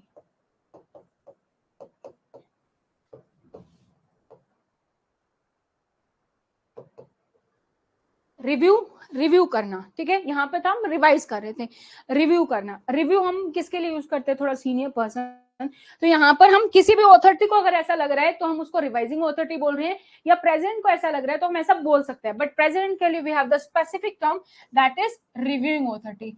जब प्रेसिडेंट को ऐसा लगे कि केस को दोबारा से रिवाइज करने की जरूरत है, रिव्यू करने की जरूरत है, तो प्रेसिडेंट को जब ऐसा लगेगा वो हमारी रिव्यूइंग अथॉरिटी होगी। याद करना बड़ा आसान है कि रिव्यूइंग और रिवाइजिंग, जैसे स्कूल की अगर हम बात करें तो आप टीचर्स हैं, जब भी कोई भी सिलेबस करवाते हैं, रिवाइज करवाते हैं, तो आप टीचर्स काफी सारे हो गए, तो कोई भी अथॉरिटी यानी कि कोई भी टीचर जो रिवाइज करवा रहे, रिवाइजिंग अथॉरिटी है। लेकिन प्रिंसिपल क्या, प्रिंसिपल रिव्यू करता है कि कैसा हुआ, कैसी परफॉर्मेंस हो रही है, टीचर की कैसी है, कैसे स्टूडेंट्स की है, तो रिव्यूइंग अथॉरिटी हम प्रिंसिपल के लिए यूज कर सकते हैं। तो यहाँ पर हमारे पास कौन है, प्रेसिडेंट है, तो उसके लिए हम यूज करेंगे, ठीक है। सो रिवाइजिंग और रिव्यूइंग कोई स्पेसिफिक अथॉरिटी नहीं है, बल्कि कोई भी अथॉरिटी या प्रेसिडेंट को जब ऐसा लगता है कि केस को दोबारा से रिवाइज करने की जरूरत है, या केस को दोबारा से रिव्यू करने की जरूरत है, तो वो हमारी क्या है, अथॉरिटी बन जाते हैं, ठीक है। रिव्यूइंग अथॉरिटी रिवाइजिंग अथॉरिटी हो सकती है, but revising authority reviewing authority नहीं हो सकती, क्योंकि प्रेसिडेंट के लिए हम रिव्यूइंग और रिवाइजिंग दोनों टर्म यूज कर सकते हैं, बट किसी और अथॉरिटी के लिए हम रिव्यूइंग टर्म यूज नहीं कर सकते। रिव्यूइंग हमारा सिर्फ और सिर्फ प्रेसिडेंट के लिए होगा, ठीक है। सो रिव्यूइंग अथॉरिटी हमारी जो है वो रिवाइजिंग अथॉरिटी हो सकती है, क्योंकि प्रेसिडेंट यहाँ भी यहाँ पर भी है, लेकिन रिवाइजिंग हमारी रिव्यूइंग अथॉरिटी नहीं हो सकती है, ठीक है। Next we have the HOD, head of department and एचओओ,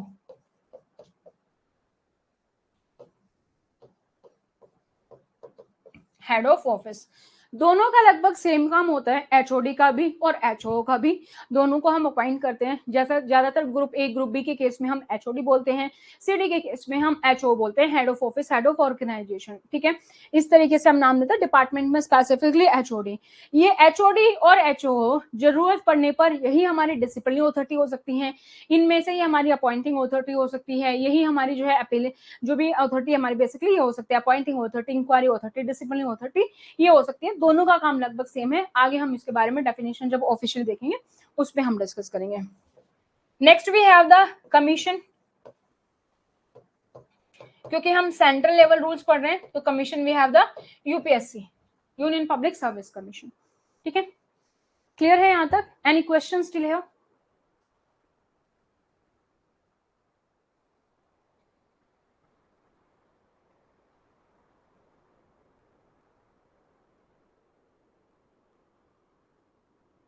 any questions?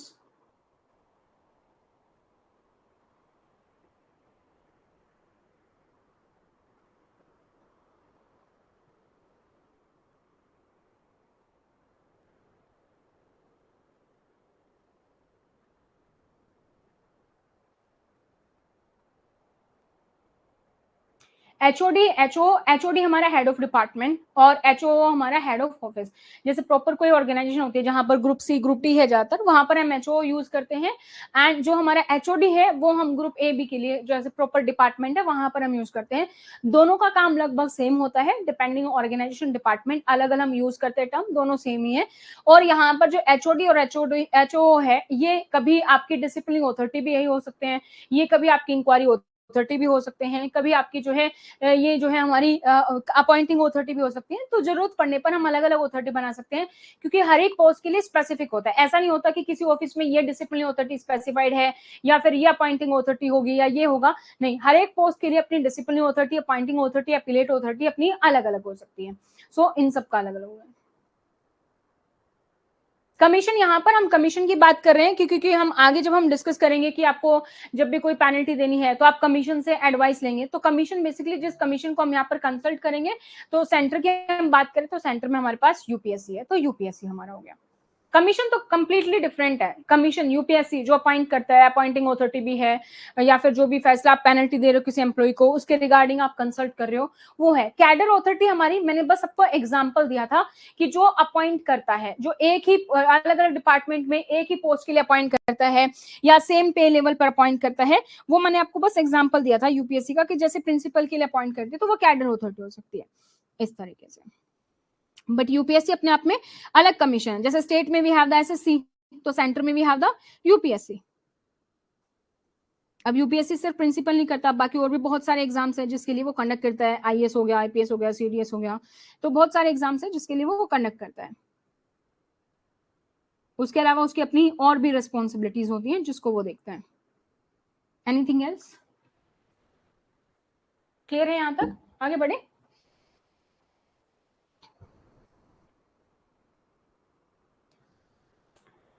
सबसे पहली अथॉरिटी जो हमारे पास वो अपॉइंटिंग अथॉरिटी, वो हमने डिस्कस कर लिया। जो भी हमें अपॉइंट करती है, अपॉइंटमेंट के लिए जो अथॉरिटी है वो उसके पास क्या है, अपॉइंटिंग अथॉरिटी। सेकंड हमारे पास कैडर अथॉरिटी, जो कैडर के अकॉर्डिंग अपॉइंट करती है, अलग अलग डिपार्टमेंट में सेम पोस्ट के लिए, सेम पे स्केल के लिए जो करती है, वो हमारे पास कैडर अथॉरिटी है। Next we have the civil and post, क्योंकि हम सेंट्रल लेवल की बात करें तो सेंट्रल लेवल सिविल और जो सेंट्रल सिविल सर्विस या फिर सेंट्रल सिविल पोस्ट है वो यहाँ पर होगी। तो इसमें हमारी सिविल एंड सर्विस और सिविल एंड पोस्ट जो भी होगी, corresponding group in the defence service. तो जितने भी हम रूल्स पढ़ रहे हैं ये हमारे, इनको हम बोलते हैं सीसीएस रूल, यानी कि central civil service rule.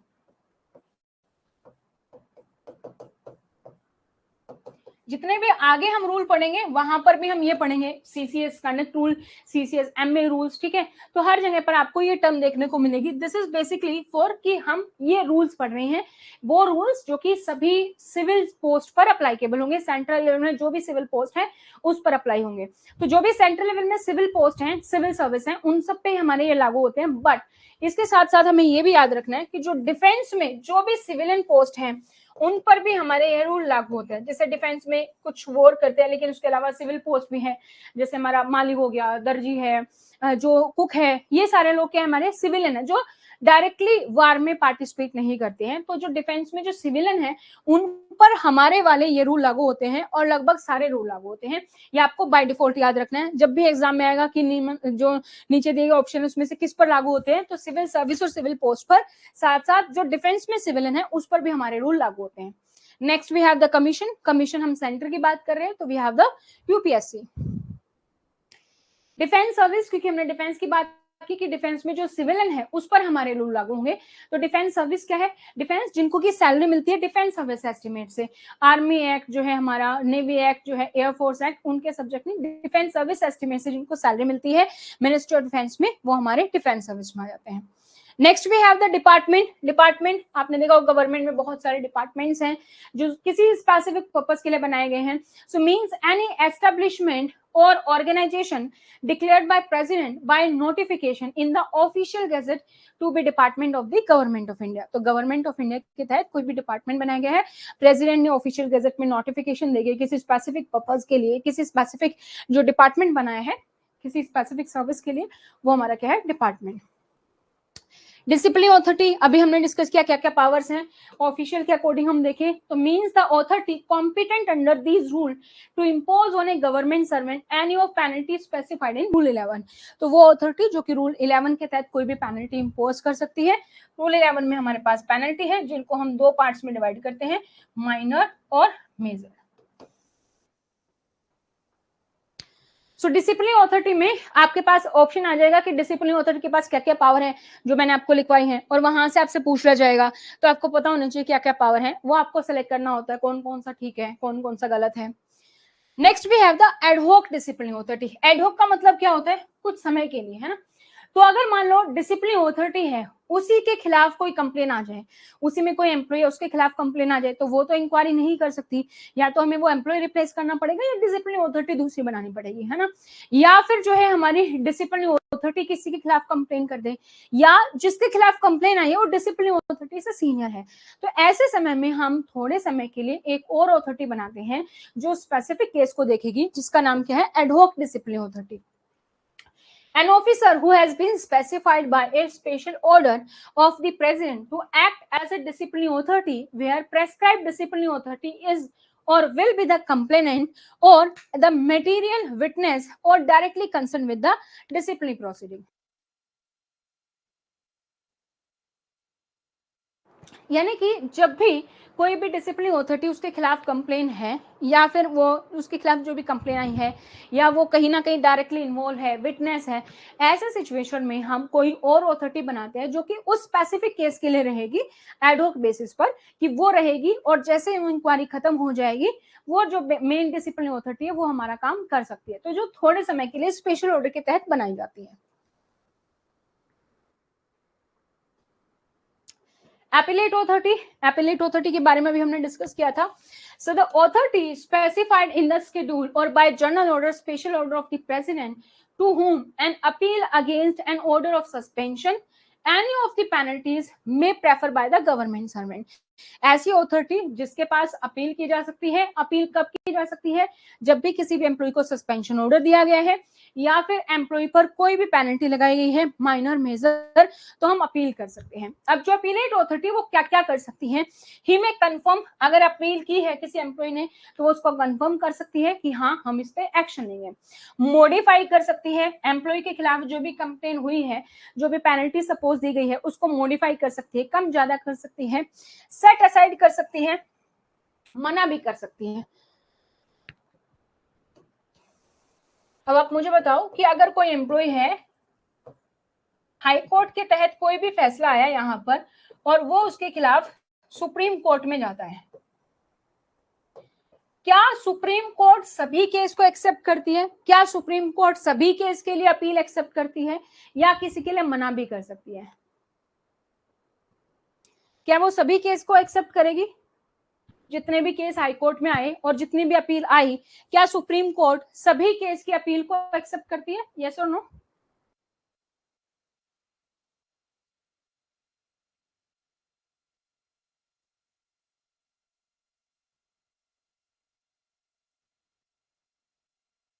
Right, तो सुप्रीम कोर्ट मना कर सकती है, क्योंकि अगर ऐसा होगा तो फिर हाई कोर्ट की वैल्यू खत्म हो जाएगी, हर कोई हाई कोर्ट से सीधा सुप्रीम कोर्ट में जाएगा। तो सेम इधर यहीं पर इसी तरीके से कि अपीलेट ऑथोरिटी को अगर लगता है कि भाई कोई केस अपील लायक है तो उसी पे अपील की जाएगी, वरना मना भी कर सकती है। ठीक है, पेनल्टी को रिड्यूस कर सकती है, एनहांस कर सकती है, कोई और पेनल्टी लगा सकती है, और ऑथोरिटी को दोबारा से इंक्वायरी करने की जो है डायरेक्शन भी दे सकती है। राइट, तो ये सारी चीजें हैं हमारे पास अपीलेट ऑथोरिटी में। रिवाइजिंग ऑथोरिटी हमने क्या पढ़ा था अभी, जब प्रेसिडेंट को या किसी ऑथोरिटी को ऐसा लगे, so an authority at any time either on his own motion, खुद से ऐसा लगे, otherwise call for the records, या फिर कोई रिकॉर्ड ऐसा लगे, कोई डॉक्यूमेंट, कोई विटनेस ऐसा आ गया इंक्वायरी के तहत, तब ऐसा लगे। Revise any of order made और मे कंफर्म, तो वो किसी ऑर्डर को रिवाइज करना चाहती है, confirm, modify, set aside, reduce, enhance, impose penalty, order सुनाने से पहले, फाइनल डिसीजन लेने से पहले, जब भी वो ऐसा कुछ करना चाहती है इंक्वायरी करने से पहले, तो वो ऐसा करेगी, तो उसको हम क्या बोलेंगे, रिवाइजिंग ऑथोरिटी बोलेंगे। Next we have the reviewing authority, जब प्रेसिडेंट को ऐसा लगेगा, प्रेसिडेंट को भी खुद से या फिर कोई भी रिकॉर्ड ऐसा आ गया, तब उसको ऐसा लगता है कि रिवाइज करने की जरूरत है, तो उसको हम बोल रहे हैं रिव्यूइंग ऑथोरिटी। नेक्स्ट हमारा गवर्नमेंट सर्वेंट, तो जो भी हमारा सिविल सर्विस पे है, सिविल पोस्ट पे है, जिस पर हमारे रूल लागू हो रहे हैं, वो हमारे क्या है, गवर्नमेंट सर्वेंट है। Next we have the HOD, head of department. Head of department में और for the purpose of exercising the power as appointing, तो हेड ऑफ डिपार्टमेंट हमारे पास अपॉइंटिंग ऑथोरिटी भी हो सकता है किसी पोस्ट के लिए, किसी पोस्ट के लिए वो डिसिप्लिनरी ऑथोरिटी भी हो सकता है, किसी पोस्ट के लिए वो अपीलेट ऑथोरिटी भी हो सकता है, किसी पोस्ट के लिए वो रिव्यूइंग ऑथोरिटी भी हो सकता है, और means the authority declared by HOD under the FRSR rule. यहाँ पर आपको ये याद रखना है, यहाँ से जो क्वेश्चन आता है वो सीधा ये आता है कि एचओडी की डेफिनेशन हमने कहाँ से ली है, कहाँ पर इसको डिफाइन किया गया है, तो इसको डिफाइन किया गया है FRSR में, वहां से हमने इसकी डेफिनेशन ली है अंडर दी FRSR रूल और civil regulation as the case में भी। तो ये जरूरत पड़ने पर appointing, disciplinary, appellate, reviewing authority हो सकती है। नेक्स्ट हमारे पास है HOO, हेड ऑफ ऑफिस। इसकी डेफिनेशन हमारी कहां से ली गई है, ये भी आपको याद रखना है, अंडर द GFR। इसकी डेफिनेशन हमने ली है GFR से, जर्नल फाइनेंशियल रूल से, ये आपको याद रखना है, डायरेक्टली क्वेश्चन आता है। So for the purpose of exercising the power as appointing, disciplinary, appellate और reviewing authority means the authority declare to the head of office under the GFR। Schedule यानी कि इस रूल के जो शेड्यूल में दिया गया, जैसे अपेंडिक्स होता है उसी तरीके से। Next we have the secretary. Secretary means secretary to the government of India in the ministry department. कौन सा सेक्रेटरी सीनियर है, कौन सा सेक्रेटरी जूनियर है, ये सब हम पढ़ेंगे ऑफिस प्रोसीजर में। अभी हम देख लेते हैं जो भी सेक्रेटरी है, स्पेशल सेक्रेटरी हो सकता है, एडिशनल सेक्रेटरी हो सकता है, ज्वाइंट सेक्रेटरी हो सकता है जिसके पास इंडिपेंडेंट चार्ज है मिनिस्ट्री डिपार्टमेंट का, कैबिनेट सेक्रेटरी हो सकता है, president secretariat, prime ministry secretariat, planning commission secretariat, ये सब हो सकते हैं। सर्विस यानी कि सेंटर की बात करें, सिविल सर्विस की बात करें। सो यहां तक we have done rule number 2 definitions के regarding. Any questions still here?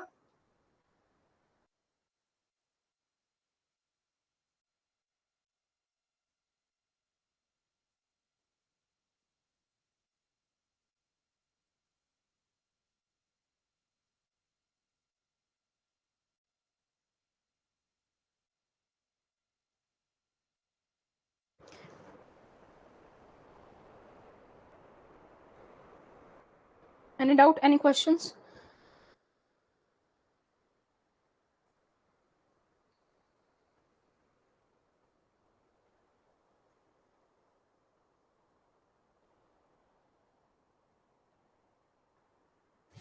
Clear है सारी डेफिनेशंस?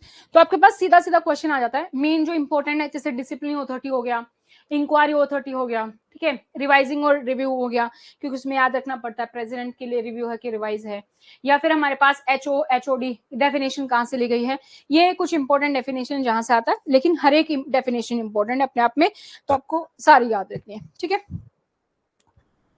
नेक्स्ट है हमारा रूल नंबर 3, एप्लीकेशन, यानी कि ये जो रूल है हमारा किस किस पर अप्लाइकेबल होता है। सो अभी हमने डिस्कस किया, एक तो हमारा जो भी सिविल है, सिविल पे है, उन सब पे हमारा लागू होगा FRSR is fundamental rules and supplementary rules, ठीक है। सो ये जो रूल है हमारा सभी पर लागू होगा जो भी सिविल सर्विस में, सिविल पोस्ट में है, साथ ही में जो डिफेंस में सिविलियन है उन पर भी हमारे ये रूल लागू होते हैं। ये आपको याद रखना है, ये बेसिक है कि ये लागू होंगे, या हर एक रूल के लिए याद रखना है, चाहे CCA पढ़ रहे हैं चाहे हम कोई भी रूल पढ़ रहे हैं।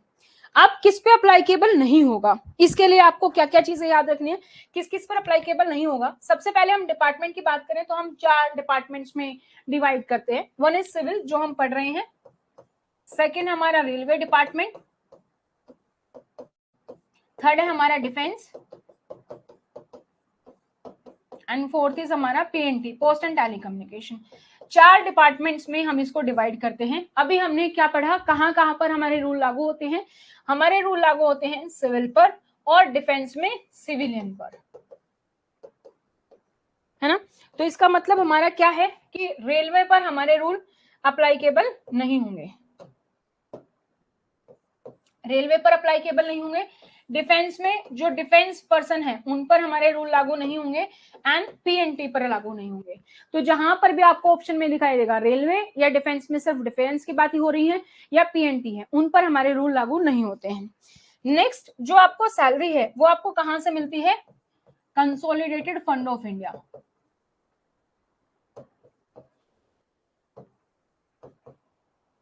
इसको हम शॉर्ट फॉर्म में CFI बोलते हैं, कंसोलिडेटेड फंड ऑफ इंडिया। तो कंसोलिडेटेड फंड ऑफ इंडिया पर जिनको सैलरी मिली है उन पर हमारे लागू हो रहे हैं रूल, लेकिन जिसको भी सैलरी मिल रही है हमारी कंटीजेंसी फंड ऑफ इंडिया से,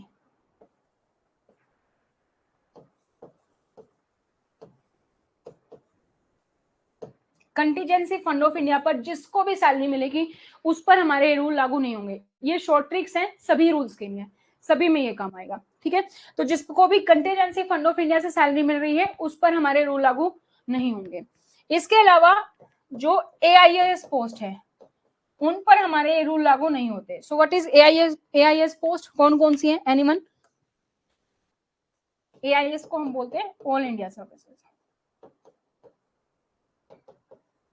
सो कौन कौन सी पोस्ट आती है हमारी AIS में?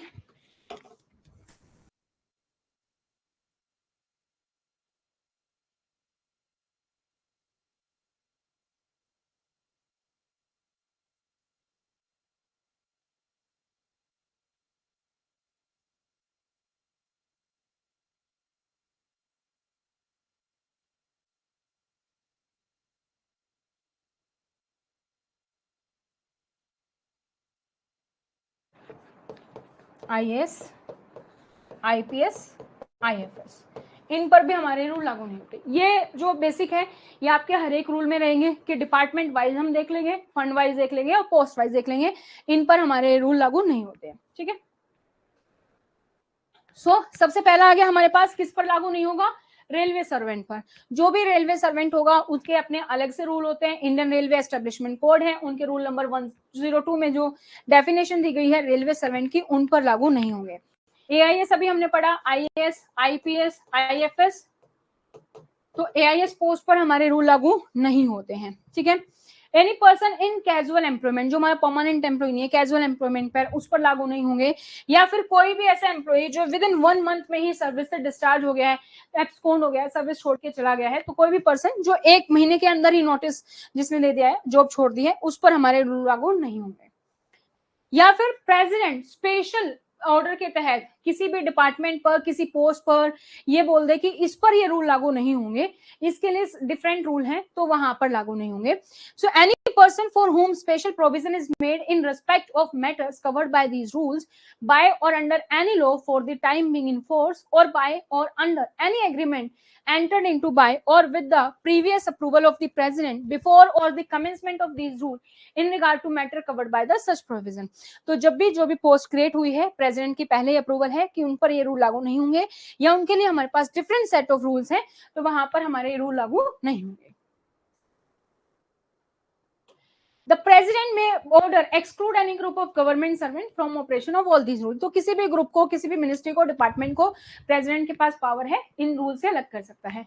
नेक्स्ट हमारा रेलवे के बारे में ही है वापस से। तो इंडियन रेलवे एस्टेब्लिशमेंट में जो भी डेफिनेशन है वहां पर उन पर लागू नहीं होंगे। बस साथ ही साथ this rule shall apply to every government servant temporary transfer to a service post coming with exception AE to whom but for such transfer these rule will apply। But अगर हमारा कोई रेलवे वाला एम्प्लॉय है और उसका transfer होता है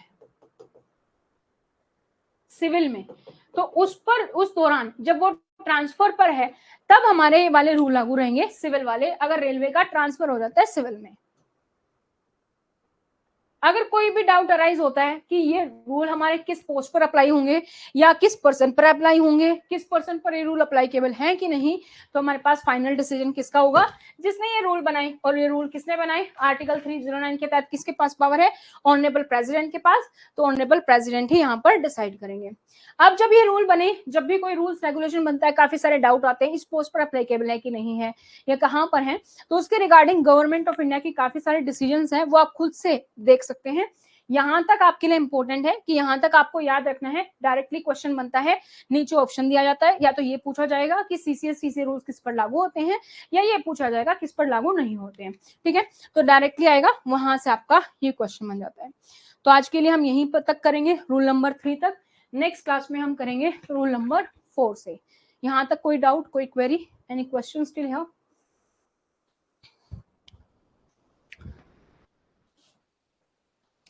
सो यहाँ पर आपका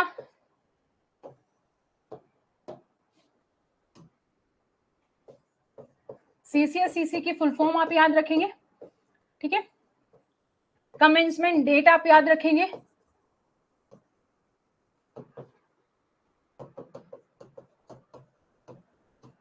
डेट मंथ ईयर सब याद रखना है, ठीक है। उसके बाद हमने डेफिनेशंस पढ़ी थी, तो डेफिनेशंस में हमारे पास कुछ इंपॉर्टेंट है। डिसिप्लिनरी अथॉरिटी,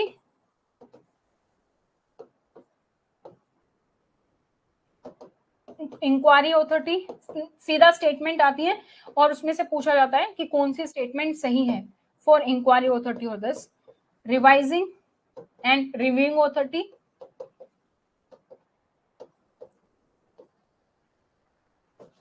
HOD और HO कहां से लिए गए हैं, ये कुछ इंपॉर्टेंट है। इसके अलावा बाकी डेफिनेशंस भी इंपॉर्टेंट है। देन हमारे पास आ जाते हैं CCS रूल्स एप्लीकेशन, किस पर अप्लाई होगा और किस पर अप्लाईकेबल नहीं होगा, हर एक चीज इंपॉर्टेंट है, सारी चीजें आपको याद रखनी है। So any questions, any doubt till here, you can just let me no. Any feedback, you can also let me know.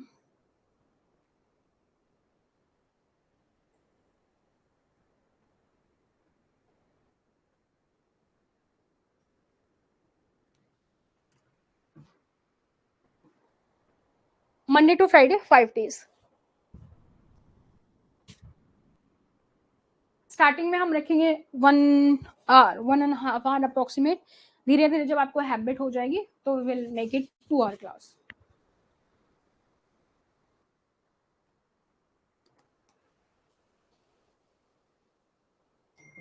Anything else? I hope सब क्लियर है।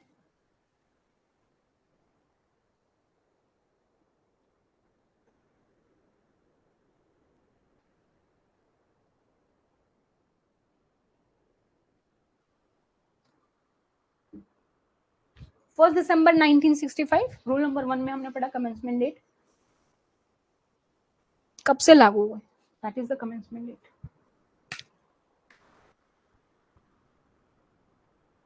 ठीक है, सो आज के लिए इतना ही करते हैं। Thank you so much, bye bye, take care.